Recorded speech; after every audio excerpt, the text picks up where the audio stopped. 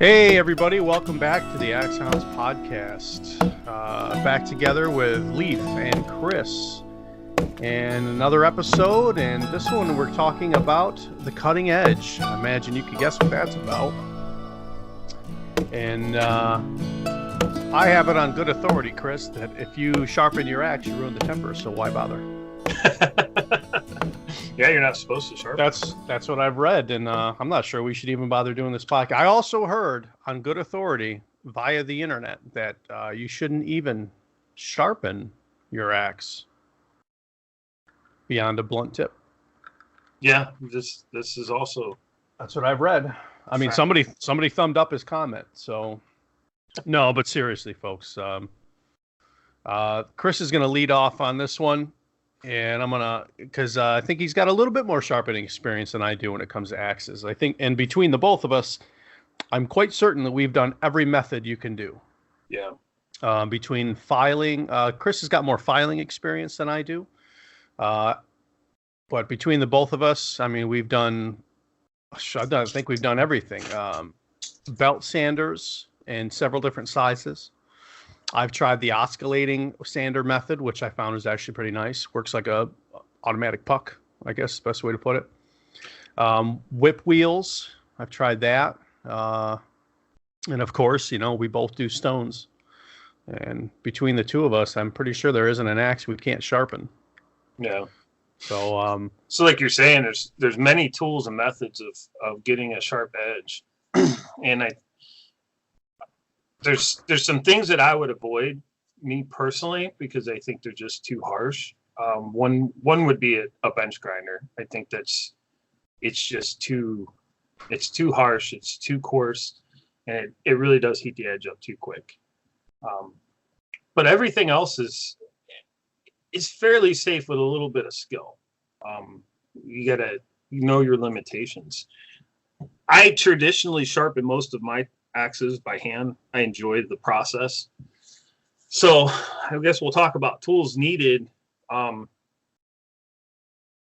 kind of a little bit of power versus hand. Leaf has more experience with the power tools than I do. Like I said, I enjoy the traditional process. A file and a puck. That's my go-to. Even if I'm gonna use. Sometimes I'll use my 2x72 to put a mirror polish on an axe. I still set the bevels with a file. I'm just more comfortable with it. But I know like you're very comfortable with using a 2x72 for the whole process. And there's nothing wrong with that. and it's not needed at all. No, I've gotten a lot of questions lately about my 2x72 from different directions. Obviously they see ours in our videos, they see yours, they see mine, other people, and people seem to get this mental block that they have to have a 2x72 in order to do what we do. And the reality is I use my 2x72 very little for axe work. There's very little that I do with it. I'm just more comfortable doing everything by hand. And people they'll see a snippet of that 2x72 and they think, oh, that's the secret. I got to have that 2x72. It's not at all. You can accomplish anything by hand that you can do with a 2x72. 2x72 is faster if you know what you're doing. And that's part of my problem is I don't have the experience with that tool to be comfortable doing all the processes. So if you have a 2x72, it's worth learning. If you don't have a 2x72, don't think that you got to go buy one just to do this. Or any power tool to help assist with. I mean, let's be honest. If you had to correct your bit because somebody over sharpened the toe, which is awful. Honestly, is about the most problem I come into. 2x72 helps you straighten out the geometry of the edge. It does help you eat off the meat a lot faster than a file would, but with a little bit of time and patience, you can get there all the same. Yeah. But the 2x72 does help that a lot, of course. But there are workarounds too. I used to use a 4x36 in an upright position. Yeah. With a piece of leather behind the platen. It's just because eliminate the chatter.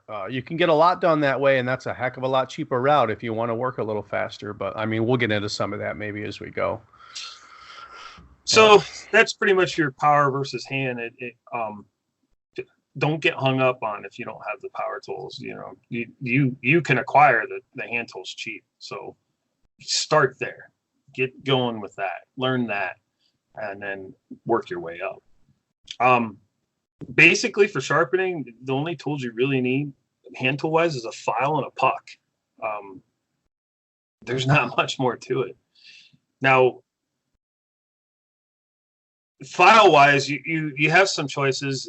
Most new files are just crap. I mean, they're not going to last long. They don't cut very well out of the box. But there are some that work. I know, like the Nicholson Axe file that you can buy on Amazon. It's like $8. It's not a bad file for the money. You're probably going to sharpen maybe 5 axes and it's done. You're going to have to go buy another one or send it out to get sharpened. Which brings me to my next subject. You buy old vintage files and send them out to be sharpened, which is what I do.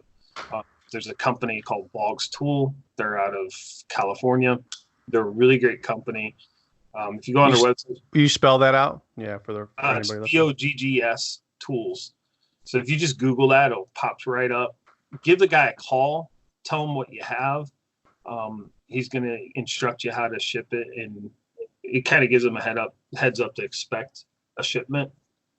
I recommend sending 10 at a time. I mean, it's stupid cheap, like under $2 for like an 8-inch file, maybe $250, $275 for a 10 to 12-inch file. And the files will come back better than new. It's insane. And they last a long time. I use resharpened files for axe classes, and I just had to send them out last year. I think it was last year, and that was after 60 students used them. Yeah, that's pretty good. Yeah. Shows you the quality of steel change. Yeah, and if you get some good old files and have them professionally sharpened, you're going to be very happy with the tools you have now. And it's a cheap investment. I mean, you can go buy files. I find them for 50 cents a file. Oftentimes you can grab the can they're in and lot them right out to the dealer. Yeah. You know what I mean? Yeah, pick and choose your whole thing and lay it down, $10 or something like that, and walk away. Is there anything in particular look for files that you would pass on or not pass on? So I always try to look for good USA files. It'll say USA on it. So obviously Nicholson is going to be your number one. Then there'll be Simmons, and what's the other one that I see a lot of?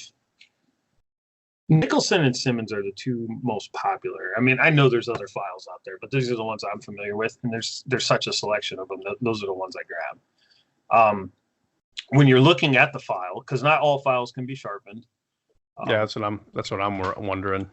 They'll sharpen them, but they'll paint the tang red to indicate that don't send it back. It's at the end of its life, and that file will be sharp when you get it back. But once it dulls, it's done. You know, they don't want it back to sharpen again because there's just nothing else to get out of it.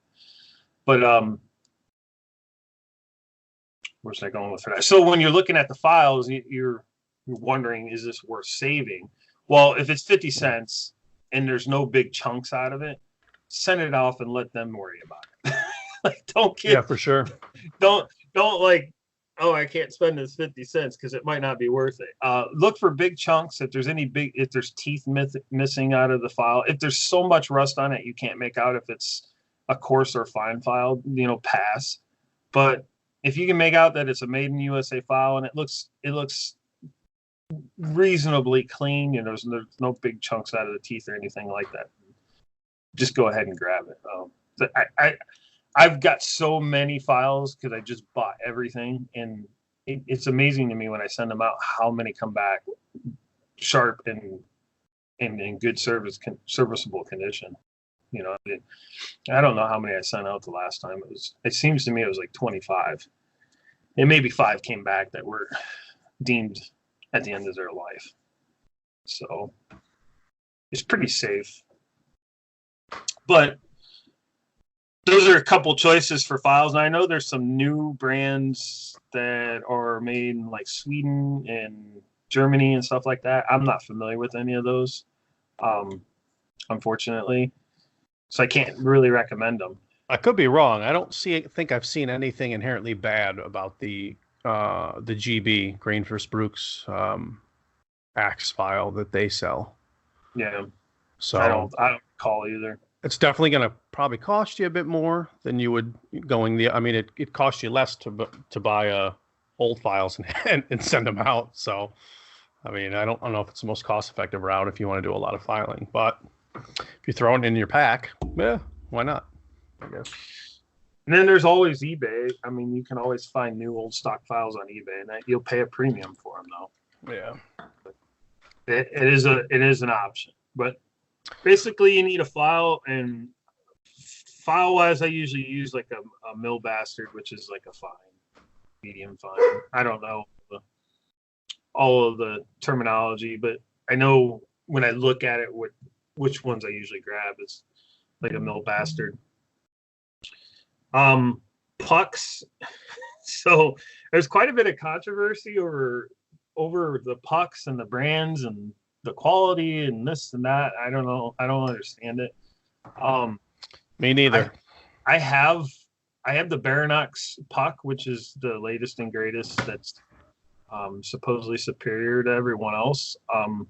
It's a good puck. I'm not going to say it's not a good puck, and it does leave a little bit of a finer edge, but it's a finer grit. So obviously it's going to leave a finer edge. Yeah, it's just doing what it would do. Yeah, it's doing its job. So to make it sound like it's better than a Lansky, I just don't understand the mentality. The difference in price is the Lansky puck is $7 and the Baranox puck is $20. I don't see $13 difference in performance.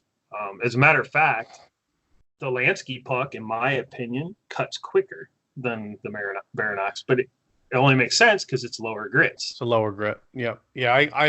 I've used them as well, and you can rest assured if you had a chip or something like that, and you're like, this is going to take me forever, you'd be pleasantly surprised how quick you can blend out the edge and remove damage with one of those things. Yeah, and I think it's important to mention that all sharpening implements need tuned. If you're going to pull something out of the box and think that you're going to get the optimal performance out of it, you're sadly mistaken. I did a YouTube video on how to tune a Lansky puck. It's actually the most popular YouTube video I've ever uploaded. It just hit 10,000 views this morning, which is insane. I've never had, most of my videos hit like 300 to 400 views. But I encourage you to go watch that video. It'll explain a Lansky puck and how to tune it to get the optimal performance out of it. And that goes the same for any other puck. The Baranox puck straight out of the box is not going to cut as well as if you were to tune it. There's other pucks out there like a Norton Oilstone, which is a I don't know what they call it. It's a two-sided stone. It's like an India stone. It works pretty good. I don't have one right now. Thor's like, I want to be in the video. Yeah, you go ahead and talk. I'm gonna take care of him here quick. So that's the pucks. I mean, there's some other brands I'm not completely familiar with. I know I've seen a Marbles. I can't say that. Marbles puck. I'm assuming they're all within the same compound or the same performance level or whatever. I know a lot of guys talk about they can't get a mirror polish with a puck, and I don't understand. I don't understand why everybody's trying to achieve a mirror polish other than it looks good. Internet quality polish. Yeah. Everything looks better on camera when it's mirror. Yeah, I mean, if you have, I guess it depends on what you're doing with your axe. If you're carving with the axe, a mirror polish might actually benefit you. But if you're just chopping wood and cutting down trees and doing general work, I don't see how a mirror polish is any benefit at all. I can shave hair with my axe when I sharpen it with a puck. Does it need to be sharper than that? Poor Thor. Yeah, I know. He's not going to let up. So there's a couple things. If you want to stick with the stone route, I have found round water stones that are 1,000 grit, and they'll help you get to a mirror. So you got to start with, like a landscape puck, and then work your way up to the 1,000 grit stone. And then finish off with a strop. I strop everything. That's one of the biggest things in sharpening is using a strop. Now, if you're dead set on having to use or having to have a mirror polish and you don't have a 2x72, then you're going to have to switch over to sandpaper. The sandpaper method. Lots of videos on the internet on that method. I just look it up. My problem with sandpaper is a consumable. I mean, a puck's a consumable as well, but a puck's going to last years and years and years and years. If you bought 2 pucks, you're probably good for the rest of your life. The sandpaper is going to last 1 sharpening per grit. So it's just a consumable that keeps going and keeps going and keeps going. I mean, you're just going to have to keep replenishing it. But if you want a mirror polish and you don't have a 2x72, that's pretty much your option. You have to use sandpaper. Or a 1x30 or a 1x42, 2x46. There's a million belt sanding options out there now. You might have a little problem with a 4x36 kind of smooth out a mirror finish because you got no slack, but yeah, I imagine you could make something work with it. But I've used the oscillating sander now up to 220 grits. Yep. And basically working it and moving it like a puck. And I get a nice edge off of that. Yeah. I think it'd be really easy to over grind the edge. So, I mean, this one might come with some experience before you just go at it with something like that, but it can be done that way too. It's actually a pretty cheap alternative in power tools, considering you can get one for about $20 to $25 now, like a Black & Decker or something like that. Yeah. Or like a lot of us do, if you cruise the garage sales in the spring, guys get rid of these type of tools all the time. Right. Yeah. So we kind of touched on the tool maintenance, and a little bit, I'll touch a little bit more. Any tool that you own is going to need some maintenance and care. And I was talking earlier about tuning your puck. But the same thing goes for like your files. You need to keep them clean, keep them rust free, keep them from bouncing around on other hard objects, because it'll dull the file. Quick touch on files. A file cuts in one direction, so if you drag it backwards, you're not doing anything other than dulling the file. So always in a forward motion. We joked around about ruining the temper on axes at the beginning, but there seems to be some misinformed folks on heat treating processes. I'm no expert on heat treating, but I know enough to get myself in trouble. The thing is people say if you heat up the edge of the axe, you ruin the temper, and it is now a paperweight. And the reality is you have to heat that bit up to about 400 degrees to cause any damage. Now, obviously, if you turn the tip of your axe blue, then yes, you've reached that temper threshold and you've ruined your axe. But if you take a little bit of care and you're actually holding the steel with your bare hands, and you can still hold on to it, chances are you're not doing any damage. Yeah, if you hit 400 degrees, you can't hold the axe. Right. Maybe people don't understand that. You are now burning your hands. I'm going to say anything over about 120 degrees, you're going to feel uncomfortable. So yeah, you won't want to hold it. Yeah, absolutely. You're a long way away from ruining the temper. So we've seen it as bad as people saying using a puck on the edge is going to ruin the temper. Which really perplexes us because, well, then I guess you can never sharpen your axe. It's just sad. It is really sad that somebody is that naive, and then they go on the internet and publicly announce it. It's just crazy. Like, do some research. These things are leaving a factory with a ground edge. I don't know how that's beyond people's understanding. So your GB has met either stones or a belt before it left. And if you ever watch some of those videos, they're using like a crazy high-speed grinder. They're going really fast. And like, if you look at the old videos of the old axe manufacturing, those giant wheels spinning at like, who knows how fast, at least definitely over 1,000 RPM, blowing sparks everywhere and moving the bit really quickly. Yeah. But here we are using these axes still without a problem, And it's just crazy to me. I don't understand it. Just take some caution. If you can hang on, if you're holding on to that steel and it's not uncomfortable, you're probably okay. You're not really hurting the temper. But that's what I was talking about earlier. To try to avoid a bench grinder. A bench grinder just moves too fast and it cuts too fast, and it will ruin the temper quicker than you can.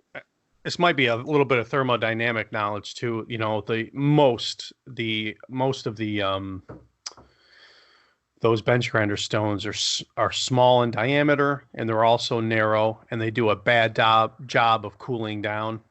Where your 2x72 a 2-inch wide belt with an open back cools itself a lot faster. That's why you don't get the heat up issues. Yeah. Oscillating sander moves the paper around a lot, and it's a 5-inch pad. It's things like that to think of. That's why you don't get the heat up as fast. But bench grinder is what, a 1/2 inch to 1 inch. Yeah, it's tiny. Wheel that's 6 inch in diameter, maybe 8 if you get a really big one. But it's moving at what, like 3,000 RPMs. A lot of them. Yeah. That's where I guess you could make it happen if you had to. But I wouldn't recommend it. So I guess the other thing is, like, how sharp does it need to be? And I kind of touched on this a little bit, but like, really, if you think about it, how sharp does your axe need to be? Its whole design is supposed to be a resilient, how do I want to put this? A resilient tool that can take impact. So just the mere fact of the heat treat process is a little less on the hardness scale, so that it can withstand impact. It's designed to do these things. So generally axes are lower on the Rockwell hardness than knives are. Yeah, usually not low 50s, more the mid 50 range, I believe. Like a 55 to 50. Yeah.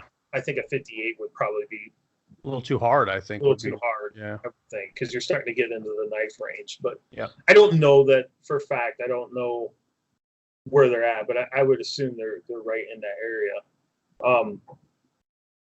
So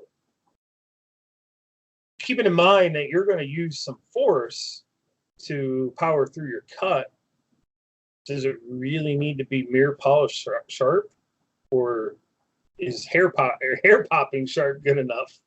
I think some people just geek out on it too much.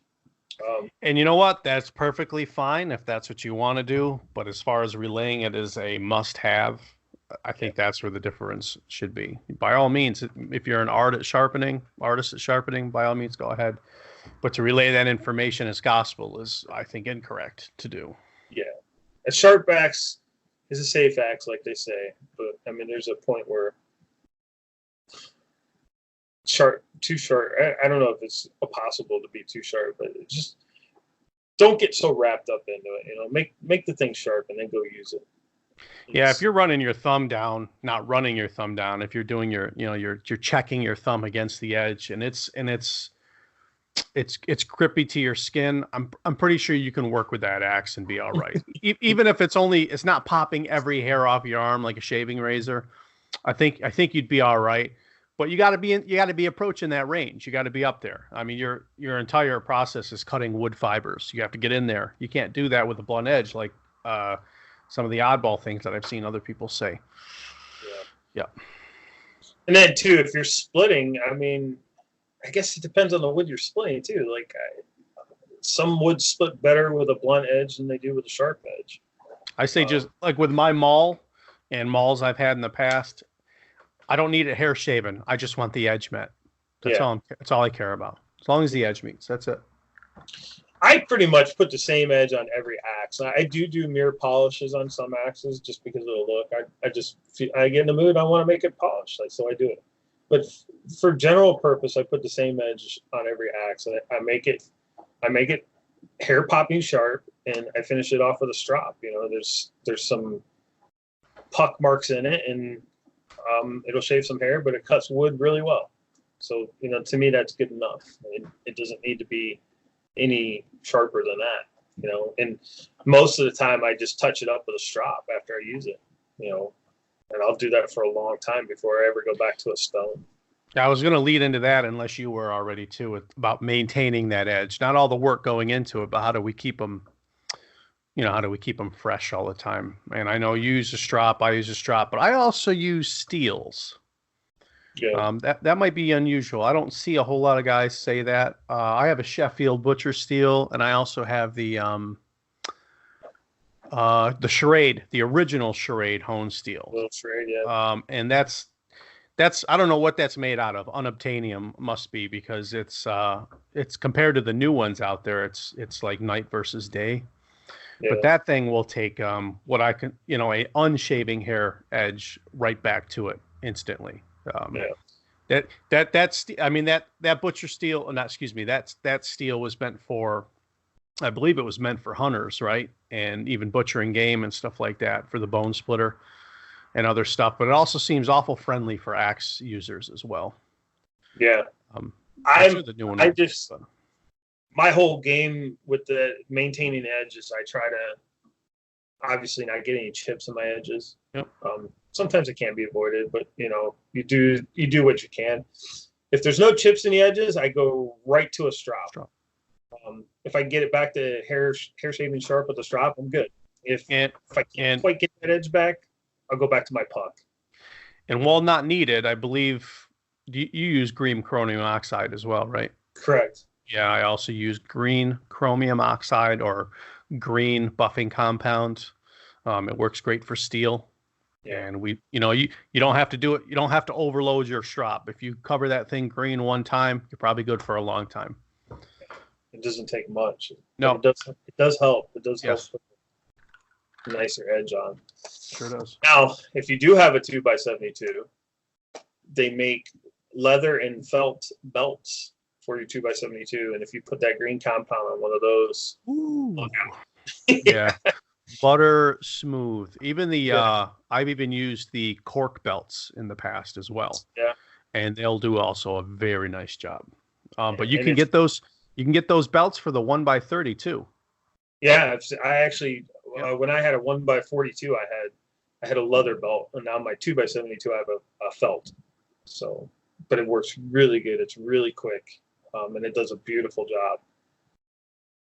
But you don't have to. You can use a hand strop. I've made all my strops. I just take a piece of wood and glue a piece of leather on it, veg tan leather. I have a very large one that I made, and I'm actually thinking about making a even bigger one. They call it a stropping plate. How big is that? Like 12 by 12. Oh, that's real big. Wow. Just think of like a big tile. I just recently started seeing these things more in the woodworking world, and I'm not sure the logic behind it. I actually want to research it a little bit more, but I think it'd be cool because you could just set this big, massive stropping plate on your bench and strop, you know, your full axe and whatever. I just think it would be cool. Seem nice for your slicks or anything that's got a big wide bit on it that you don't have to adjust your stropping. You could just lay it across that big 12 by 12 piece and be done with it, you know? And you would just, it's just a nice big piece of stropping area. So I might build one of those in the future, but for now I built a nice, I don't know what it is, 4x8 or something stropping plate.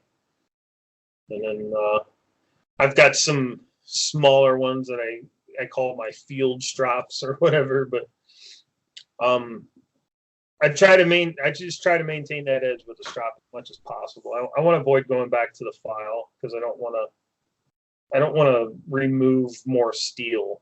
You want to try to avoid removing steel if you don't have to. Yeah, especially with this old stuff. Like, get it all set up and maintain it. Not keep going back to a 2x72 or something like that. All my I've got 2 Selecta out of my Connecticut collection that I'll be happy to use in wood. The rest are obviously going to stay as wall pieces or stuff like that. But I shouldn't have to go back to a 2x72 with these things. I'm not felling trees all day long, which would, obviously run through the life of an axe. These are for camp wood, and outings and things like that, But what you got next, bud? So we'll talk about edge geometry a little bit. Yeah. There's I don't know as much about edge geometry as I probably should. I know this: most edges are within the 22 to 25 degree bevel. I mean, it's safe to say too, I think we've seen information between all the books and all this different stuff that really runs that whole range, doesn't it? Like, I imagine somebody who carves with one all day has really got an opinion about it. Or maybe a faller from way back when. But I think generally in that range is pretty good for all of them. Yeah, I think anything under a 22 degree bevel is you're starting to get in your fine work, your carving axes and stuff like that. I think you'd want to avoid heavy chopping axes, felling axes, because you got to remember you're putting all the weight of that axe behind that edge. So if you start getting super thin there at the end, that's a whole lot of stress on a little bit of metal. So, not to mention, it's going to make your bit a lot more sticky in wood, too. Yes, it's not going to pop out. Yep, it's not going to pop out. It's going to stick whenever you hit it, and then you're exerting energy to remove this bit. But I don't check every edge, but the ones I have checked is right in the 22 to 25, even 28 degree bevel, right around there. I've noticed most vintage axes, haven't been sharpened. They have the factory bevel on them, unless the edge was chipped or something like that. But for the most part, you'll find an axe and it's got, it'll have the factory bevels on it, and maybe a couple little chips there or there. It's very rare that I find an axe that's actually been sharpened.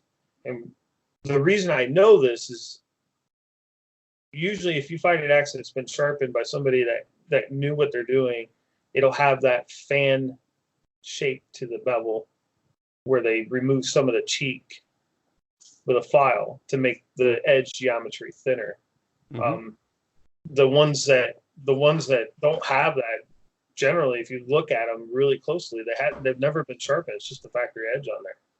So I try to maintain factory edges on just about everything until, if it's something I use, then I'll go play with the edge a little bit. And it obviously you can't put metal back, so it's best to start at a higher degree and work your way down.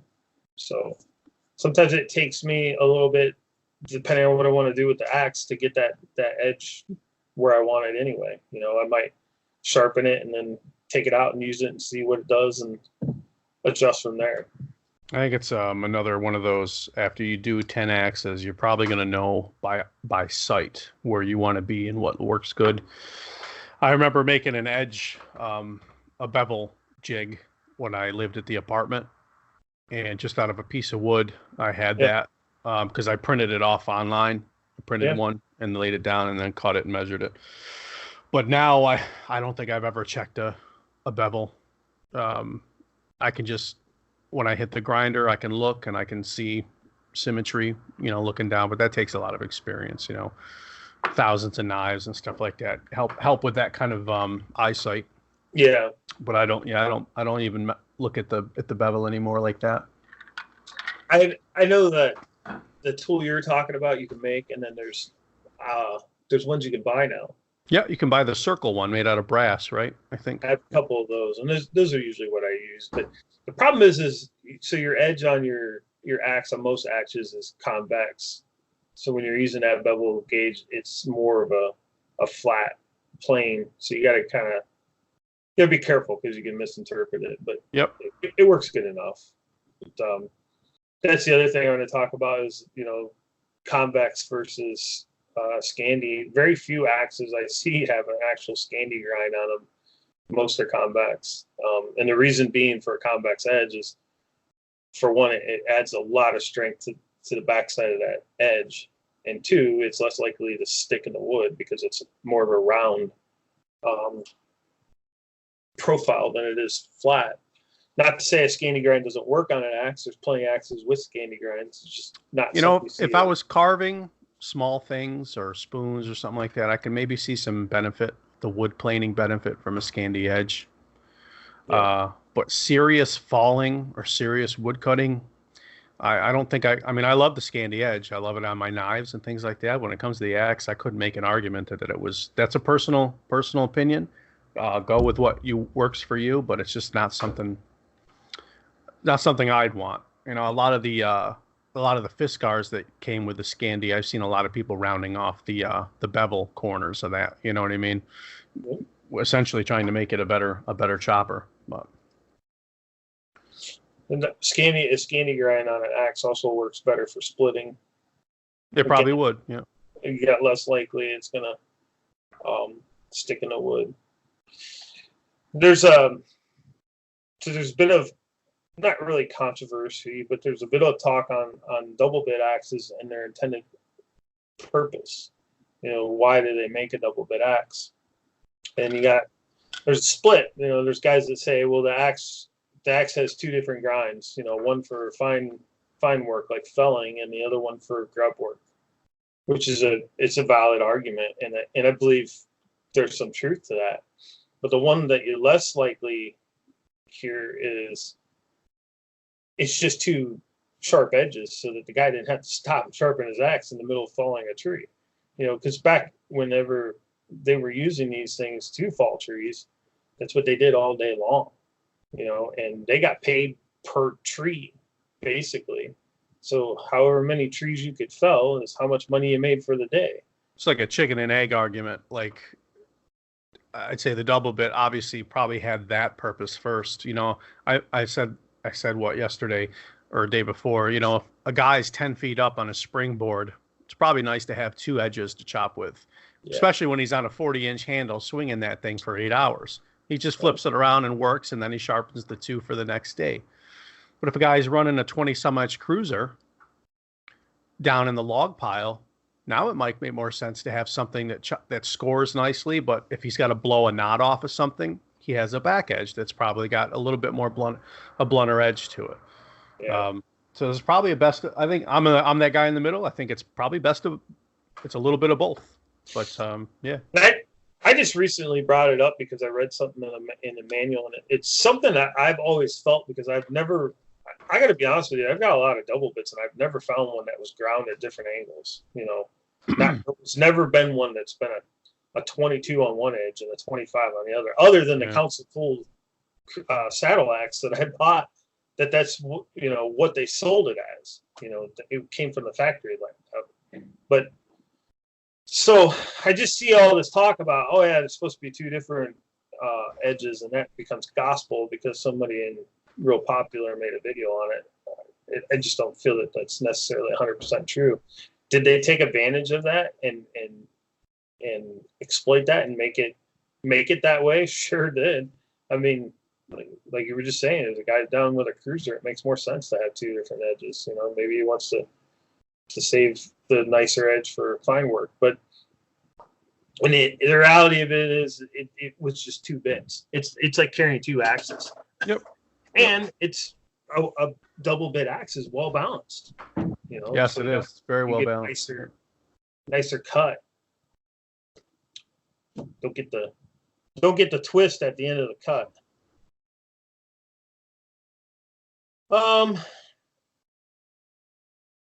That's pretty much it for edge geometry, really. I mean, we could get into the is everybody who's new or old. There's so many different shapes to the overall bit of axes. Some have had the scoops taken out, or phantom bevels behind the good steel. And there was a lot of attempts in the golden age of axe manufacturing to find a not just the bevel geometry, but also the entire bit geometry of what would get into wood but pop out well for you to get less stick. Right. So you see those fancy ones that have a whole lot of the steel ground out, and you get that Y look to the bit. And you see how the Swedes have settled their axes. It's just a convex edge, and then it concaves a little bit before you get back to where the eye is, and then it comes back out. And that's essentially their solve. A lot of our American axes, it seems like they settled on a slight taper from the toe to the heel. So the fatter portion of the bit is in the middle. So there's a little less steel from the toe and the heel to stick in the wood to help it pop out a little bit easier. But it seems like there's a lot.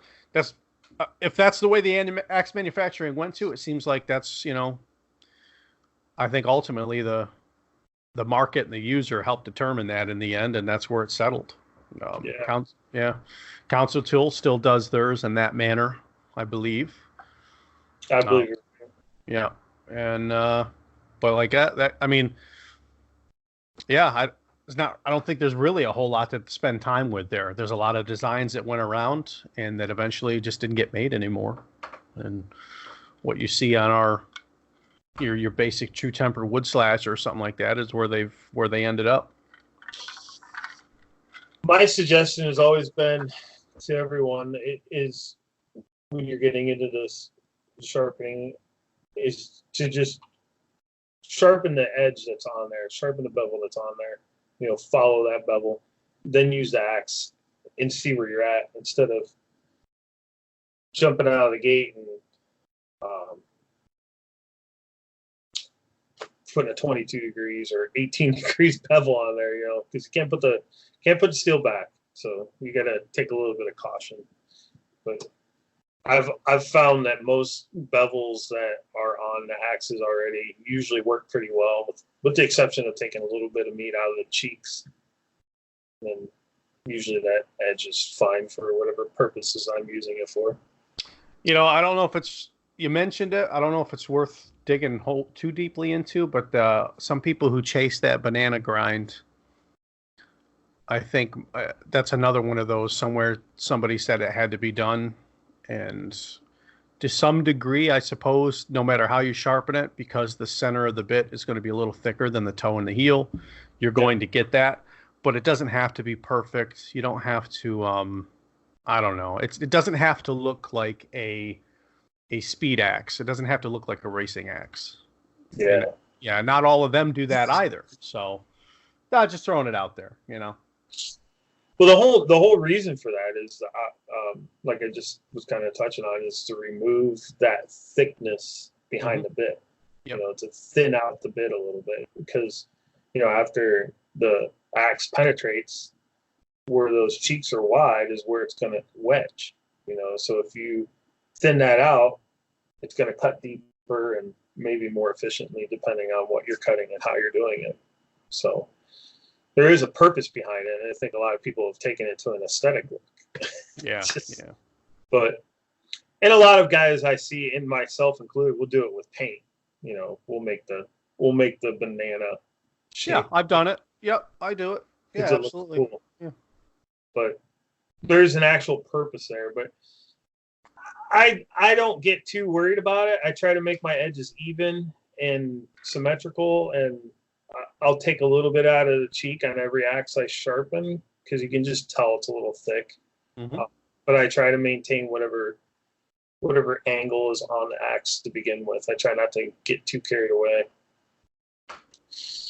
And then the most important thing about sharpening on any tool is if you don't get the burr, you're never going to get the tool sharp. And it's funny, I spent a lot of time learning how to hand sharpen knives, and that was always my goal, is to be able to take a stone and sharpen my knife with a stone. I always wanted to be able to do that. And I sharpened and sharpened and sharpened. I could just never get my knives really sharp.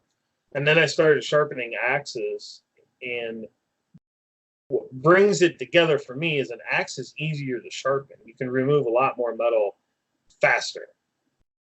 And once I felt my first burr on an edge, it was like a freaking light bulb went off in my head. Like, oh, that's the burr. And then once I sharpened my first axe and it was hair popping sharp, and I understood why, because I got the burr, then I went back to knives, and now I can sharpen my knives just as sharp. It just takes longer because the steel's harder. You have to have patience. But I don't really know how to explain the burr other than when you sharpen the edge, you're bringing 2 points together until they meet a zero. What would be a good word to put there? Till they meet. Well, yeah. So you're bringing two edges together till they meet, and at the finest point, that's what makes them sharp, because they're just, I don't know, they're thinnest as possible, I guess. So when you sharpen anything, the way you know that those two edges have met is a burr will form on that edge, and it's basically a microscopic, or in some cases you can see it, sliver of steel that has rolled over the other side. And you can flop it back and forth as you keep going, so you know you've made it. So what you're actually doing is you're moving that burr left to right, left to right, left to right, until it eventually breaks off, and what's left is your sharp edge. So the way you feel for this is after you think you've met the two edges together, you'll run your finger across the edge, not with the edge, across the edge, the opposite from where you just finished sharpening. And if you feel steel dig into your finger, and I mean light pressure, and this isn't any pressure at all. If you feel steel dragging on your finger, you have created the burr. And you can do this all across the edge and feel where your burr is and where your burr is. If you never get to that point, you're never going to get sharp backs. It's not going to happen. You just be frustrated.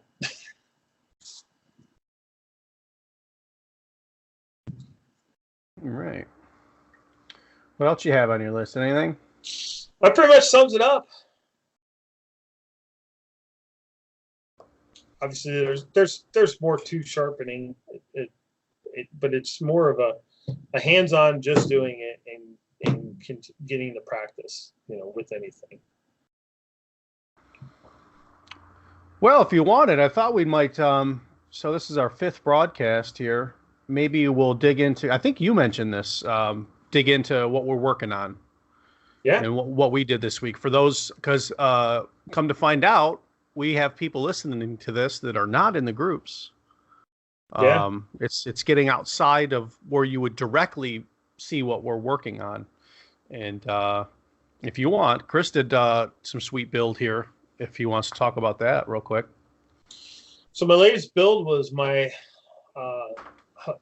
Holtzbrook's Arvika 5-star racing axe. So that's obviously a new axe that you can buy. Which I did. I bought one on the internet. I can't remember the name of the website, but either way, it's sort of an expensive axe. But the thing with the HB is it resembles a Connecticut. It's literally the closest thing you can buy to a Connecticut pattern axe. So it's got a gorgeous profile on it, and it's about 4 pounds. I wish it was less. I wish it was like a 3-pound axe, but we'll take what we can get. Yeah. You can make it one with a lot of belts. Yeah, manufacturers aren't producing Connecticut's anymore, regardless of how loud the public speaks. They seem to have no interest at all doing it. But luckily, Holzbrooks does. Anyways, I wasn't completely satisfied with the overall product when I got it. So, and I'll be nice and I'll leave it at that. So I cut the handle out and I put one of my 30-inch reproduction handles in it. I blued the head and then I dyed the handle green, which turned out really nice. But overall, it was a pretty cool project, and it's a user axe. I'm doing all this to use it, because it's a new axe, so I'm not real worried about losing it or breaking it or anything like that. And you got that? That's the Arvika Holtbrooks at the near $200 price point, right? Yeah, so it's $169, I believe. Now, weren't we looking, and we found, was it another version of that axe for a considerably less amount of money, had the same head? Remember we found that somebody had posted it in the group, and the price point was lower, but it was the same head. I think I know what you're talking about. We were wondering if it was the same head, but it didn't have the Holtz-Brooks etch in it, right? Or stamps. There was something different about it, but it was a Swedish head. And that got me thinking. I mean, doesn't Holtz-Brooks make axes for several companies? I mean, it would certainly make sense if somebody wanted to commission that at a price, and they were able to sell it a little less. So I believe there's another option for that Avika style head. Yeah. At a lower price point. I should have wrote it down for the podcast, but I believe it was around $100, wasn't it? Like 115 maybe. Maybe. Yeah.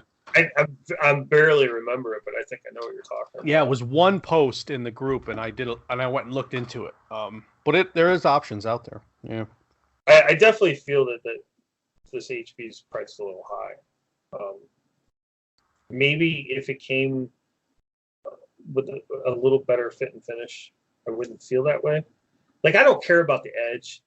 It doesn't come really sharp, and they have a generic edge on it, like any axe. I mean, and that doesn't bother me at all. It's up to the end user to put the edge on it that they want to use. But it was, the handle was the biggest thing, and the handle was super thick, like just like baseball bat thick. And of course, you could thin that out and make it fit your hands, which would be no problem at all. But it would have never had a fawn's foot ever. They do, for some reason, Sweden, they do that flat fawn's foot that just has a little hook to catch your finger. Yeah, there's no sex appeal at all, and it really, to me, I don't think it functions as well as an actual traditional fawn's foot. So no matter what I did to this handle, it would have never been right, never been the way I wanted it. And then the hang was less than desirable. So, yeah, I just recently did a job for a guy on that. What was that one? That was the Husqvarna. And I who makes their axes? Is that Holtbrooks as well? I believe. I could be wrong, so we'll say we may be wrong, so somebody doesn't have to correct us. But right. That one, it clearly appeared as an instance of this axe is rushed through a production. The head wasn't set down on the neck far enough, and there was an incredible amount of gaps. So and the handle was super thick. So I ended up thinning out the handle, and I even cleaned up the wedge and all that for him. And he went out and used it. And because I had oiled the head, it started slopping around on him. So he gave me the axe back. He dug out the wedge for me, which was really nice of him. But I shaped and reset that head down towards the shoulder, filled all the gaps at the bottom of the eye, and then put, a real wedge job in there. And now he's swinging that axe like it's brand new, and solved that problem. That's one of those cases. Well, there you go. I mean, it's a production axe.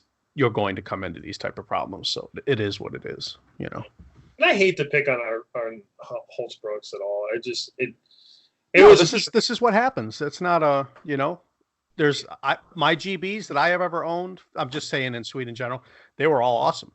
So, yeah. And most people's experience is awesome. That these are just happen to be things that we come across. That's all. I just wish, for the price point, I could have just put an edge on it and used it. Yeah. I don't know. Maybe I got small hands. You know what? I'll get into that. We'll call it the gripe session. So like I did since the last podcast. What have I done? Like 3 axes probably. The 2 that are fresh in my head was the Collins Legitimus, Connecticut, and then I did a very old Champion Kelly Works. That's an old head. I mean, I'd have to get with Miller on it, but I'm gonna guess 1900-ish, give or take years off of that. But and that's an old head. But I did both in French curves. Obviously, I'm doing my entire Connecticut collection in French curves. One was a lathe copy of one I did that I got through Chris here. And then the one sitting next to me here is one that I did from scratch with some wood that was given to me by Ryan Lombrock, which is really cool at the axe meet. So, and I'm in love with this one. And these are the first 2 real burnt handles that I did to raise some of the soft grain and stuff. And I got my idea from 2 places. Obviously, Chris had done one recently, and also Kevin Kraft has got one that he showed me. I don't think he's ever shared before. He did a really nice burn handle job on one of his too. Nice. And those are the 2 builds I did. The Kelly Works Champion I did in a flat black, and this one here is in my favorite forest green. But the paint's only gonna last so long because this one's gonna see wood. This is one of my several Legitimuses, but yeah, that's what I've worked on. And the gripe was branching off of what you just said about handle thickness, and we kind of covered that in the against the grain. So if you haven't heard that episode, you can go back again. But the constant comment you get a lot is these handles are too thin, and I got one on that other build I did. I did the green handle with the we'll call it white head. Yeah. And I got that from one of the Collins editions that Mike Miller has that's fresh. Remember that white one he put on his wall? It didn't occur to me to use paint an axe head white, but you see they did it right from the factory. That thing looked gorgeous. But I had more than one person on more than one platform comment on how thin the handle is. And I've got a Collins on the wall behind me. I got a Collins, which is that? I think that's a Legitimus Michigan with original handle. And I look at that handle that came right from the factory. And then I got this Dorpian double bit that Mike Miller gave me, which has got the original handle. It looks like he might have reset the wedge, but the handle's original. That thing is way thinner than the French curves that I do with thin handles. Yep. That thing is a toothpick with the steel at the other end. I mean, as far in thinness wise, that handle is almost, it's 2/3 of how thin my French curves are. And I think it's one of those. I was just reading somewhere the thickness of the handle was like 7/8 or 3/4. Where was I reading it at? Probably one of your books. I was just reading that. I wish I had have. And people, well, that wouldn't fit my hands. I'm reasonably sure that the men that were swinging these heads over 100 years ago were a lot harder than you are. Yeah. And there's a reason that sure, they could break. That absolutely could happen. But I think the manner in which they swung an axe all day long is far different than the way we do it now. And I think we have guys here just getting the head in motion and letting the weight of the head do the work through experience and skill, then where we tend to probably power through a lot of things. And if you're doing the former, you don't need a big thick handle that's got a whole ton of, you know what I mean? That's over an inch thick, like we see on these. I know why modern manufacturers do it, because it's good security. You send out an axe handle with a nice big thick handle, you're less likely for the inexperienced end user to blow it right apart. You know what I mean? It makes sense. That's why we all thin them out. I'd rather grip a thinner handle with a nice fat pommel than I would an extra thick handle all day long. If I have to over grip to hold on to the thing all day, then instead of getting a stronger grip, I don't know, logically, it just makes more sense. And so when I see all these guys comment, it makes you wonder. It's like, how much are you really swinging it?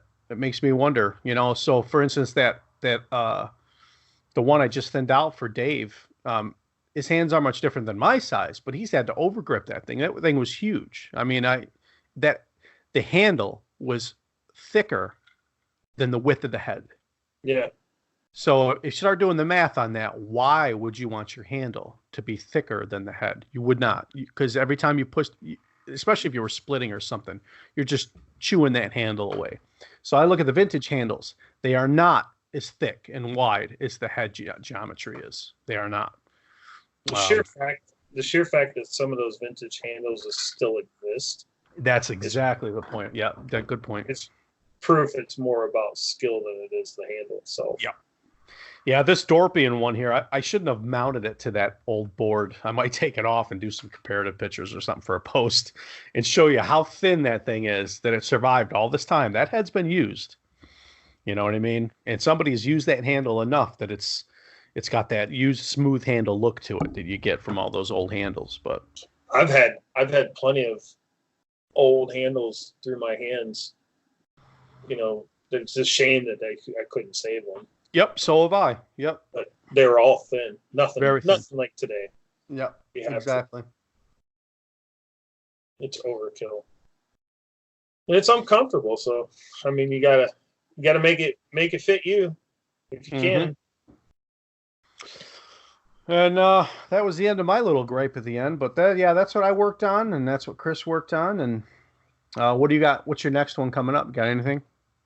Yeah, I'm gonna finish. So I got to finish the sheath for that Arvika. But before I do that, I'm gonna work on this American Beauty that I just picked up. I'm gonna hang it. That is a sweet head. Yeah, I want to get it done. I'm gonna put the Anorana candle on it just because it's a unique head. I figure it needs a unique candle. Absolutely. But I don't plan on. I'm not gonna sharpen that axe. I'm just gonna hang it and leave it as it is. I don't think it's ever been well. It's got a little bit of signs of some grinding on it, but nothing crazy. I think I'll just leave it. I mean, basically, it looks from the factory, you know. So I'm gonna see. Not all of my Connecticut's. They all look sharp. Most of them are not finished. Yeah. In some cases, the edge isn't completely met. There's no intention for me to. I'm not using these. Right. These won't see wood. I didn't see the need to, finish the edge to a hair pop. It just didn't make sense. But they certainly have the appearance of it. Yeah. And then they'll stay like that forever, until somebody throws them in the trash a few generations from now. Right. But I didn't want to. I don't want to do much work to the head because honestly, when I got it, it was just covered with boiled linseed oil. Like somebody put a layer of boiled linseed oil on it. And it kind of looked a little crappy with the linseed oil on it, but then I brought it home and cleaned it up with a wire wheel. And it cleaned up really nice. And I was like, I think I'm just going to leave this head as is. I painted it, obviously. I painted the rose in the background just to bring it out. The background actually was black, factory. Where it says American Beauty, that was black. So I just kind of set that back. I was able to find a few pictures of them on the internet and then a little bit of history. That was an old hardware store. So other than that, though, I have no idea who made it. Yeah.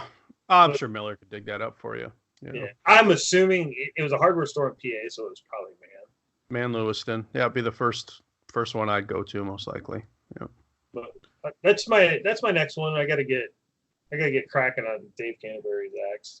I got one more. That's what is that one up there? It's another Kelly I have to do. That's green painted, and I'll actually be done with all the Connecticut's that I have.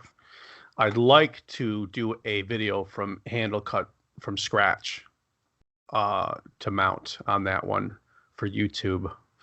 But without my desire to really make YouTube videos anymore, who knows if I'll really do it. But I'll give it an attempt anyway. I've noticed an influx of activity on YouTube, so maybe they changed the algorithms again, and so us small guys have a chance again. See. Yeah. And other than that, for those of you guys that came out to the axe meet, I consider that it did twice as well plus some than I expected it to do. I think Chris at one time counted 20-something people that was in the building at one time in my shop. I think through the day, we had almost 30 people float through. I know it doesn't sound like a whole lot, but we're just axe people. Like that's it. Chris came out from Ohio. We had a guy come up from Kentucky, Pennsylvania. We had a guy drive down from New Hampshire. Um, and it was a real success. It was very busy. We didn't get a chance to work on a whole lot until late afternoon. And then we had one guy do a handle from scratch and a mount. Ryan Lombrock did kind of like a handle demonstration, carved one with a straw knife. There's some wheeling and dealing in the afternoon, and the giveaways went over well. Who I'd like to thank, Noah Trieger with Axe Wax. Check him out. He donated some stuff. Thrain Axe & Co. donated a bunch of stuff. Red Label Abrasives donated some stuff, plus some belts for the guys to use. Who else do we have in there? Bark Eater Ben sent up some coffee. I think that was our 4 big ones. I don't remember if anybody else. If I forgot you, I'm sorry. I should have wrote them down. But that was really cool and a success. And I believe I'll probably do another one next year. And maybe for some additional news, Chris has got some news as well. Yeah, so I've teamed up with Colonial Homestead here in Ohio. If you're not familiar with Colonial Homestead, it's an Amish-owned antique tool store, and it's incredible. Like, he has everything from blacksmithing to woodworking to axes to leather tools, even some old I guess muzzle loaders, but what do they call the older muskets? Yeah, muskets. I sound stupid right now talking about. Yeah, it's because you're thinking of it on the fly. That's why. Yeah. That's all. Yeah. But it's an incredible store in itself, and Dan Raber is the owner. He's 100% Amish. He lives the Amish life. He's not plugged into any of the internet stuff or any of this, any of the world that we're plugged into. And it's just neat to go down there and just talk to him because he has such a unique story and such a unique place. And they actually reached out to me to be an instructor at their school. They have a school across the street from this store, and they want me to teach axe class on a regular basis. So our first class is scheduled for June 15th. And if you go to colonialhomestead.org and click on the class schedule, you can register there. I believe the class is $100, and I think they have room for 10. I think it's what we agreed upon. And it's a beautiful classroom. It's an old building. They've got all maple workbenches in there with actual vices and chalkboard. It's an actual classroom, versus just coming, like when I have class at my house, it's just in my shop, and it's just not really, it's not set up for a large amount of people. I can usually accommodate 3 to 4 people there. Leaf definitely has a much better situation with the schoolhouse, and we can accommodate more people there. But it's just cool to be able to bring axe class to an actual classroom environment, and then being combined with Colonial Homestead. I mean, it's just, if you've never been to Colonial Homestead and you live in Ohio, you need to plan a day trip and bring cash. They don't take credit card. The prices are all over the place. I mean, I always say he's on the high end of retail, but he's really not. I mean, I just bought this American Beauty axe from him, and I feel like I got a really good deal. You got a half the cost you probably would have had to pay on eBay, or more. Yeah. So I mean, there's some things that you can tell that he's into, like anybody else, and then the prices will reflect that. And then there's other things that he's just trying to pass it along. So you got to go in there with an open mind and lots of cash, because you're going to want to buy everything. Yeah, and with that, go ahead. I was just going to say, just an amazing place. But if you're interested in axe class and you need help, you can contact me directly or go to that colonialhomestead.org. And I've got it posted in the Axe Hounds group as an event. And plenty of information out there on it. With that too, I know some people have asked, and this is going to tie up Chris with his full-time job doing the axe classes. It's really killing his schedule. We don't have any plans anytime in the foreseeable future of doing an axe class up here in the Northeast at my place. And I really don't want to do it without him. but I think I can find a happy medium that makes it more interesting for me, and maybe do axe workshop.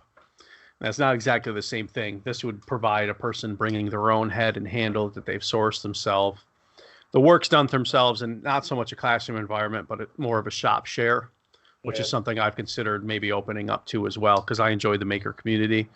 But maybe, a low flat rate price locks you down for the day. Obviously, this isn't a full-on class. I wouldn't charge somebody a whole lot of money, but enough to cover the coffee and the belts and some other extra tools I might have laying around. And I've seen some of the other workshops. I did a little bit of research around it. A lot of them require you to bring your own tools anyway. Yeah. So I don't think that's out of the realm of asking. It's not out of the realm of reason to ask people to bring their own tools. But obviously, I would provide a few things.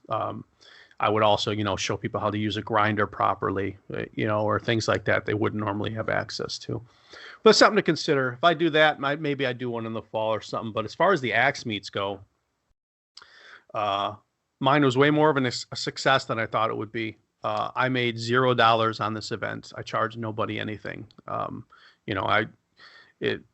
than the coffee I was about to spend, which somebody who couldn't make it that day due to other obligations sent up some. It was a cost neutral event for me, but I got to meet a lot of people. A lot of people got to get some things they normally wouldn't get their hands on. And, it just strengthened our community, which I think is important. So I would encourage anybody, to hold some events like this. We get a lot of guys in California that say they want to do things like this or have axe classes, but then they the interest doesn't fizzle out. You just got to do it. I don't, make the date like I did. All I had to do was turn my lights on and clean my shop up. That's all I had to do. Everybody else came, and I didn't have to set nothing up. So I definitely think it's worth the effort. I believe there's an axe event coming up this weekend. Yeah, so this extravaganza. Yeah, in PA. I wish I could make that. I just can't. It's just so. I work nights, so I get off work at midnight or 11:30 on Friday night, and then I have an hour and 15-minute commute home. So when it's all said and done, it's 1 a.m. when I'm walking in my door Saturday morning. So for me to hop in the car and go anywhere on the weekend is tough because the reality is I'd make it there Saturday night, and then everybody's packing up Sunday morning. So I can't make them all. It's hard. I have to take a day off from work. But it sounds like that's going to be a good turnout. A lot of people are going to be there. I really wish I could go. Now, is that butted up against another event too? I believe so. I believe there's something. I thought it was. I think there's. So I guess what I'm saying is you could go there for that, but also it's family conducive. I believe there's other things going on too. Right. I should have got some information before I brought it up. But there's a lot going on there at that event. There's around it as well. There's a link to the event in our group. If you just go to the events page. Yep.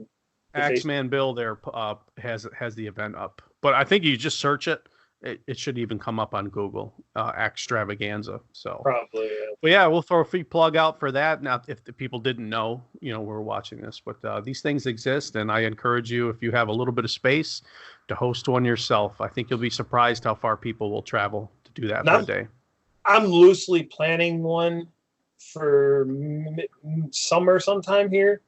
I don't know. I have to look at our schedule and really try to fit this in because I got a lot going on this summer. But I wouldn't mind doing another one here in the summer. So that'll be Ohio for anybody that doesn't know where I'm at. And the last one I held here was a really good turnout. That's why I'd like to do one in the summer because we could move it out to the backyard and not so cramped in the shop and freezing. But yeah, I lucked out. We had a gorgeous day for ours. We got really lucky with that one. And plus, too, you find it because I shared that across my social medias. You had people who are not axe collectors that are just outdoorsmen, wood crafters, things like that. And then you guys that are they're interested in axes. So you get a little bit of everybody that show up to that thing. I think the highlight for me at yours was meeting Ryan. Just meeting him in person because I've done business with Ryan Lambert. Yep, so have I. That's how you say it. Yep. I've done business with him, but I've never actually spoke to him or talked to him in person. So it was nice to come there and actually meet him in person, shake his hand, and put the Face put to a a name. face, face to name, and meet the man behind the maker. Really. Yeah, I remember when he got out of his car, I said, "Hi, what's your name?" And he looked at me puzzled. Like, he says, "Oh, I'm Ryan." I'm like, "Ryan, I don't know what you look like." Yeah. I said, "I didn't know what you look like, man. Nice to meet you." So I felt like an idiot, but I'd never seen his face before. So, Yeah. I don't want to. I'm not singling out. Obviously, I was happy to meet everybody that showed up that day. It's just absolutely, yeah. It's just Ian a high. Miller, it was cool. Yeah. Yeah. Yep. Miller's been an avatar for almost 10 years, I think, for me. Mike Miller. Yeah, I've only ever seen an avatar of his face. So, and talking on and off through the years on Bushcraft USA to, just you've always known of him as Operator 1975. Yeah. It's never been Miller. Yeah. But hey, that was a lengthy podcast, but what do you think? We good? Yeah. Yep. I think it was a good one. Yeah, we got a lot more. It's Chris and I's schedule, and it's one of those things getting the kids out of the house for me. And my wife happened to be off a day to do it and scheduling these podcasts. So, we'll try not to let them get this far in between because this one was a while, I believe. Yeah. But other than that, thanks for everybody listening. Please, when you see us post about this, like and share it. Share it to your media platforms. Mention it on Instagram. Take a screenshot of the podcast, something like that, and help us get the word out even further. And with that, we appreciate it, and catch you next time. See you guys.